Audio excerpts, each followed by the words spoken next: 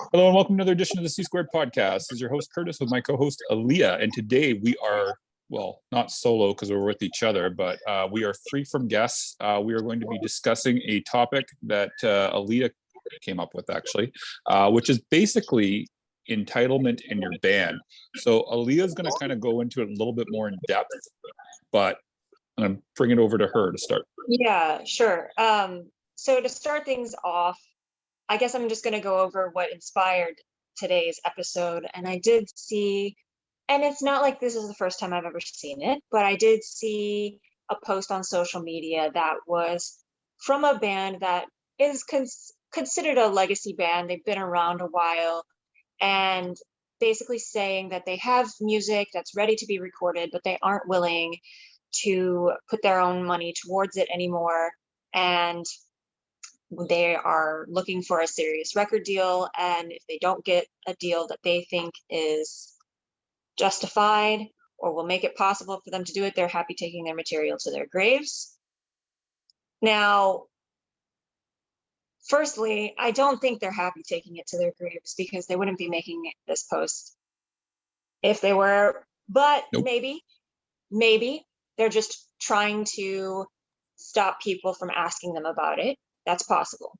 Could be. People might be harassing them about it, and they're just like, look, we got music, but we're not going to share, because we can't do it. And so maybe that's their motivation. But just reading through this status, I thought it was valuable perhaps to talk about this mentality of entitlement, because I've seen it in multiple areas of life, and ultimately it's just not going to get you, I don't think it's going to get you what you want in life, even if you're right. Like, yes, maybe you have paid your dues, maybe you have put out albums on your own dime, maybe you've done the work, you've played shows, but now you're a band that hasn't played or done anything in in like 5 to 10 years, say. Yep. And that isn't appealing to a record label, to my knowledge. Depending upon the band, because I'll play devil's advocate for a second and just say Rage Against the Machine. Sure. If you're on the level of Rage Against the Machine, I take it back. But probably you're not, especially if you're listening to a podcast about how to better promote and market your music. Probably. So So I want to ask a couple questions if I can, just to kind of get this rolling a little bit. And if I'm going too far off topic, just let me know. But okay, so give me an example of a band. So like this band that you're talking about, Who Shall Not Be Named, we agreed. So they've been around for a while. They are a legacy band. I don't think when was the last time they put out an album? I actually don't know. I don't know.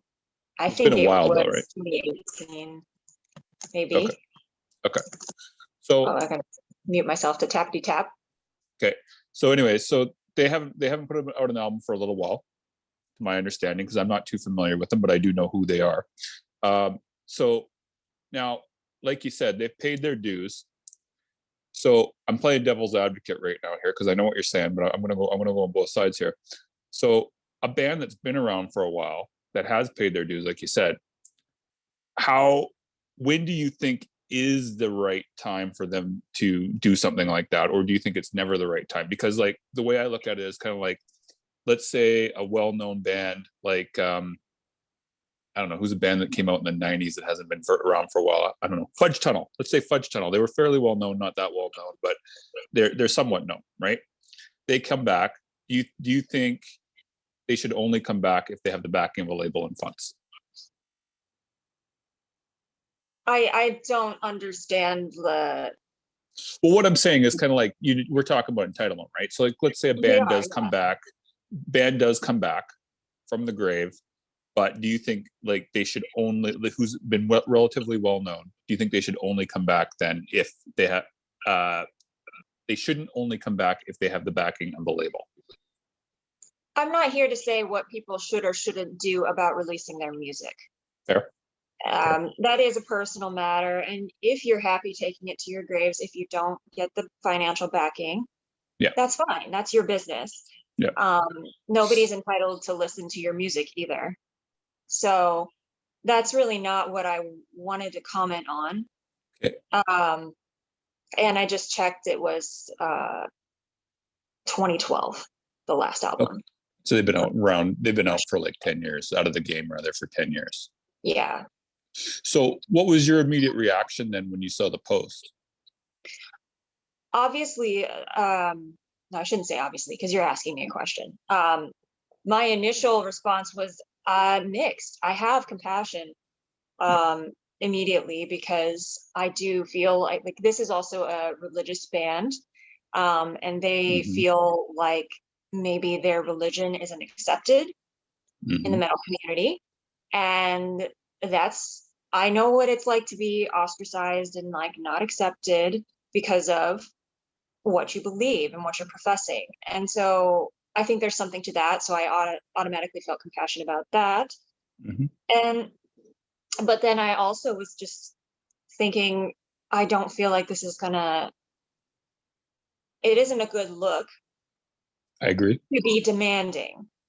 And that's kind of the vibe that it gives. It's like a vibe of being demanding, like, and what exactly is a proper record deal nowadays anyway? It kind of indicates also being out of touch with the way the music industry is nowadays. I agree. So what do you think would have been the appropriate way for a band like this to come forth? I don't really know. I mean,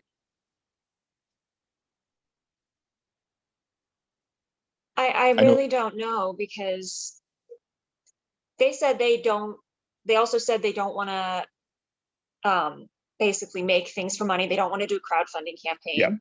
Yeah. Is what I took it to mean. Yeah. They're not willing to do a crowdfunding campaign for fans to fund it. Yeah. And so that to me is weird. I don't really understand that. And I would kind of be curious to hear a perspective from someone. Why do you think they said that? Do you think there's any legitimate reasoning behind that? Well, I do. Well, there's two ways that I can take this type of thing. Bear with me here. My stack of cassettes just fell over, and I was trying to stop it from doing that while we talked. So there's two ways that I can look at this. Number one is, like, they are a legacy band, like you said, somewhat well known. It could entice a label to give them an offer by doing that. And that might be the think that they have behind it, is just kind of like, if we put it out there, we might actually get an offer. And I know that they also said in the post that they weren't willing to, go against their beliefs and turn into something else. So, it makes them look like they're, in my mind, I think that was kind of like a way of them kind of going like, we won't bow to anything, to make them look like they have integrity, right? Yeah. Whether they do or not, I don't know. I'm not that familiar with the band. I just know the name. So that's my one way of looking at it, is that they did that on the basis of like, look, we got some material ready, but we'll only do it if we get an offer to try to get a bidding war. That's my first thought. But I doubt that's the real thing. What I think happened is that somebody was ill-advised and did an ill-advised thing rather, and just decided to put that out there. And it just made them look like they were complainers. Yeah. That's, but I mean, it could be because the first one. To me, if the motivation is the first one, why don't you just make your demos and send it to a label and shop it to a label like that you think would be a good fit for you? And like, I know there's a method to that maybe they don't know how to do it, but that seems like the more appropriate, more professional way to do it. Like, do it through email and communication with record labels, not through public posts on social media that may not give the impression that you desire. Exactly. Well, some people are dumb. We all know that. So, I don't think that they're dumb. I think that they feel disenfranchised. They feel, that they've earned the respect of the community at large to enough of a degree that it should be reflected in how they're treated. Yeah, the only problem is, like you said, Nobody cares because they've been off for 10 years. Well, it's not nobody cares. It's more that it's Well, not having the desired effect. And like, who yeah. cares? Like, I mean, it's like, okay, let's say 20 years ago, you were a frickin', I don't know, a well-known actor on a sitcom. Nobody fucking cares nowadays. You know what I mean? Yeah. It's the same thing with this. Okay. So I'll let you go into the next part of it. Well, what do you mean the next part of it? Well, the next part of the discussion, like lead the conversation. I was gonna lead into another direction, but I'm gonna be quiet. Oh, well, I mean, this is an organic conversation. This isn't Sure. like a structured. Today's podcast is not a structured list of questions that we're asking Fair. a guest. We're just going through, free thought conversation here about the Fair. topic and so, feel free to lead it anywhere you think is okay. relevant. I got something. I do. Like, I think one of the main things, like just on the topic of entitlement, I think I want to talk about just for a brief second about bands of lesser status doing this. Sure. Because, okay, so like with Shield of Wings, you guys funded everything yourself, correct? We did. Mm-hmm. Okay. Well, we did crowdfunding. You did crowdfunding. Yeah. Okay. Can you kind of explain, because this is where I was going with it, was the crowdfunding bit. So some people feel that is begging, where I personally think that that's a way to help fund your album. Can you kind of go over that? Okay. I agree. I mean, it depends how it's set up, of course, because sometimes your crowdfunding can be begging. And sometimes crowdfunding can be done in distasteful ways. And you're not really doing the things that you promised you would. Like, for example, with another very well-known band where they gave you something for your money, but they didn't follow through with the other promises that they made. So it can be done distastefully, but I think it's incorrect to view like a pre-sale. It's basically a pre-sale of your album. Bam. Well, hold on. You think that there's still a form of begging with that? I don't think that. No, I said I don't think that. Essentially, I thought you said you did. No, I don't believe that putting out essentially a pre-sale for your album is begging. Okay, no, I misheard you. I thought you said it was different. Okay, never mind. That's fine. I might have misspoken. So. No, my earbuds are but whatever. So, okay, so because here's the one thing that a lot of people do get into, like with the begging aspect of that, with the pre-sale, or not with the pre-sale, with the crowdfunding. So I think it's begging if you're just asking for the money and you're not giving anything in return. Because I have seen crowdfunding campaigns. It hasn't been recent, but I have seen them in the past where it's basically like, just give us money and we'll give you like maybe a digital copy or something like that. But to me, it's like, you guys were doing 100%. more. Yeah. Well, you know 100%. What I mean? And it's like, you have to make sure that you plan your crowdfunding in a way that's ethical and that makes sense. Okay, if you want a tier where people just get a digital copy of the album, price it like a digital album. And price things according to what they would pay for them if they were just getting those things. Oh, go ahead. No, I was going to say, so, I mean, I think one takeaway from that is like the difference between begging, like this band is doing that we're not naming, is where it's kind of like, if you don't give us money, we're not going to do this, period, from a label or whatever, right? Right. Well, with crowdfunding, I'm just trying to differentiate it here because a lot of people do say crowdfunding is begging. But with crowdfunding, you're actually offering something most of the time in exchange for people funding the album in advance, and they can tip more if they want to, or they don't have to. They can. Sorry. I just had to bring that up. I cut you off. No, I mean, that is 100% the case. And I think that, people who think that crowdfunding is begging by its very nature, they're just wrong. Yeah. There's no rational explanation. You can't say that with a reasoned mind and believe that, because it's just not.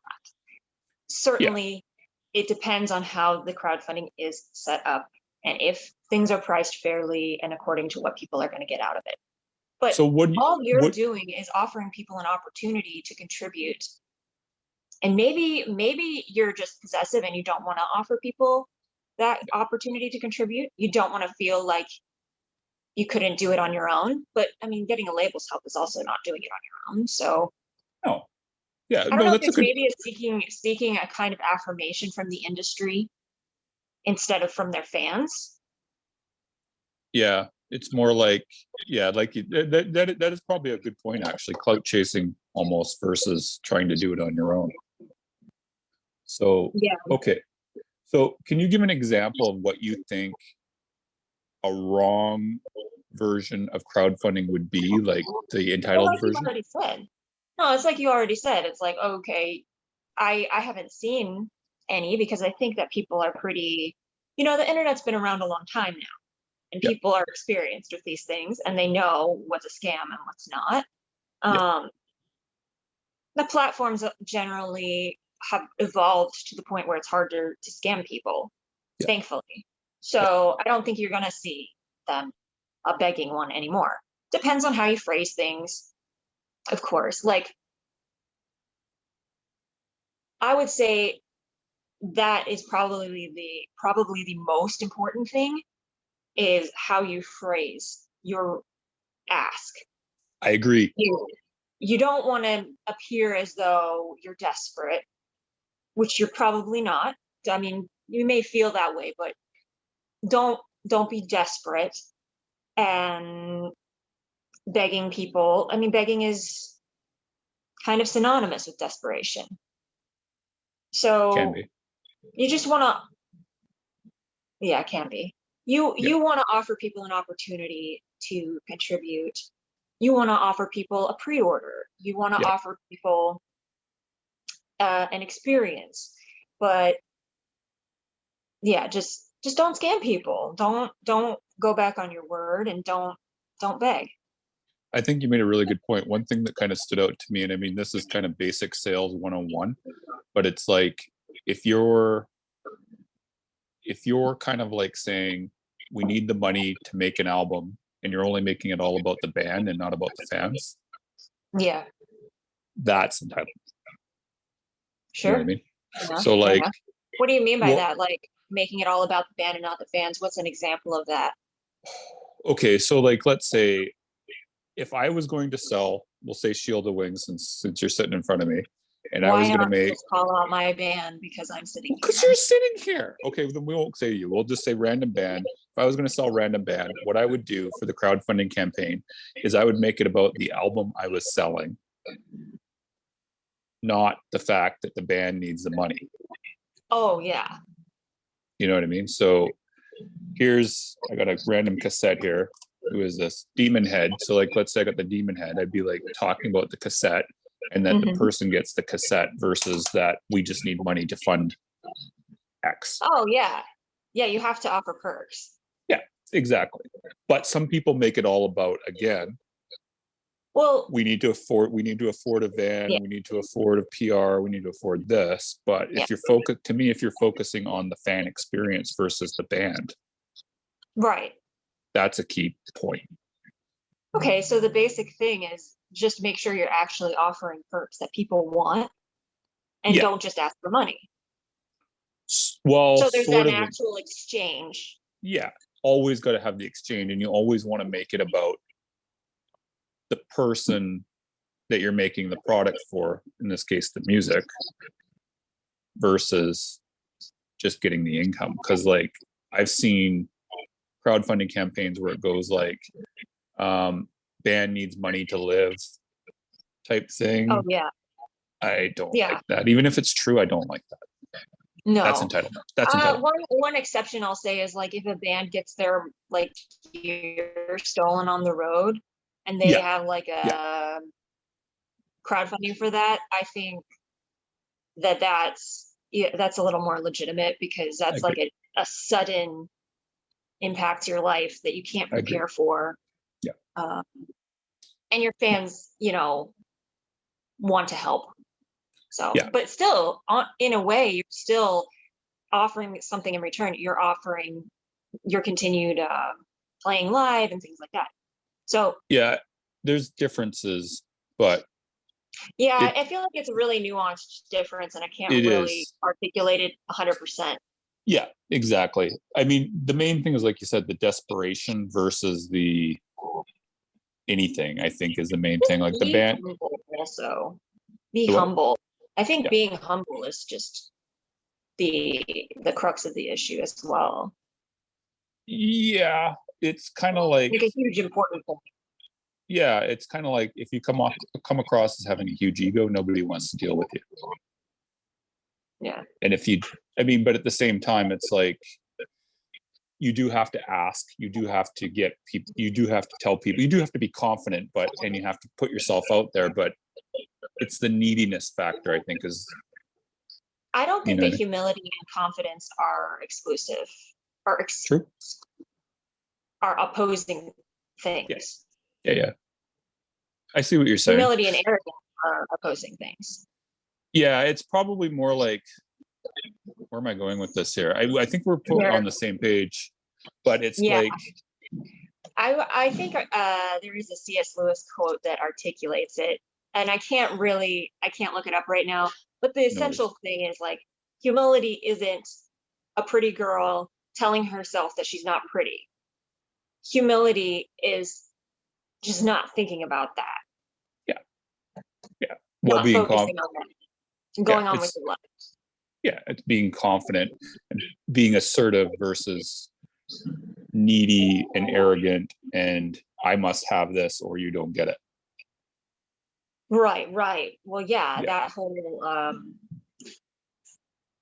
ultimatum type. Yeah. And I think that's where you kind of got, well, maybe not upset, but it kind of turned you off on the post. Yeah. And it was the same thing with me. Like, if you don't give us this money. Yeah, it was like, it was kind of stupid. Do we got time for a couple more minutes or do we need to wrap? Yeah, we have a couple more minutes if you want to talk about something. There's another point to this that I want to cover here, which is just like, it's similar but different, which is, again, comes back down to arrogance.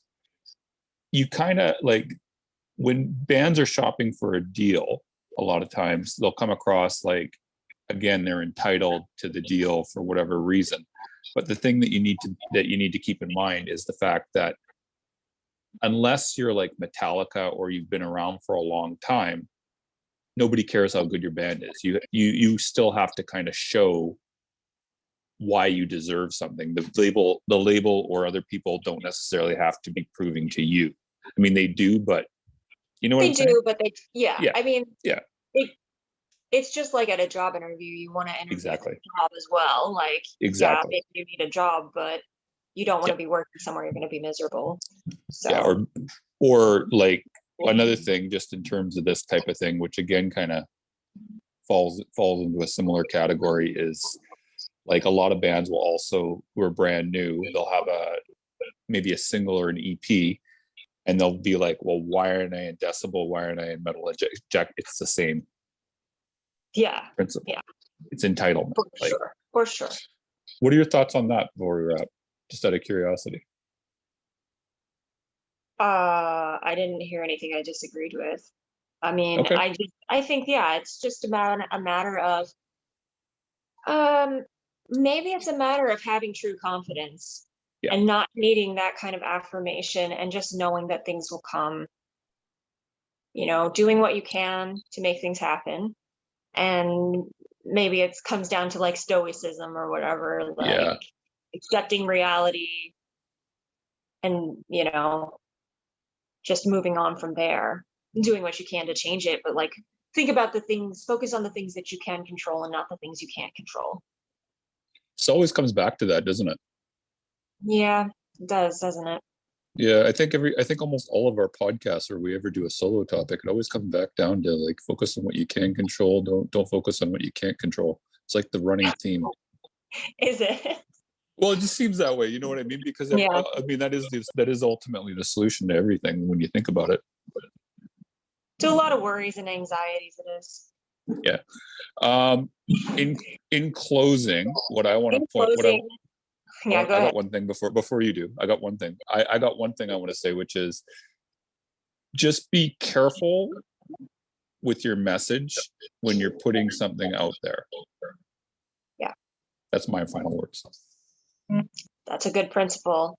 And in closing, I hope I'm wrong, because I would love to hear the new music from this band, and I hope a label picks them up. And I hope that, also anyone who is listening who has anything to do with running a label, let me know if something like this would potentially work to get your attention. Like, comment in when we post it on social media, because I'm curious to know if it actually would work for a label to say something like what we've talked about, if it's depending on the legacy of the band. So, I agree. but yeah, with that, thanks for listening. I hope it helped. I hope you took something away from this that you can that can make your pursuits as a musician better. And until next time, make like a bull and throw those horns up.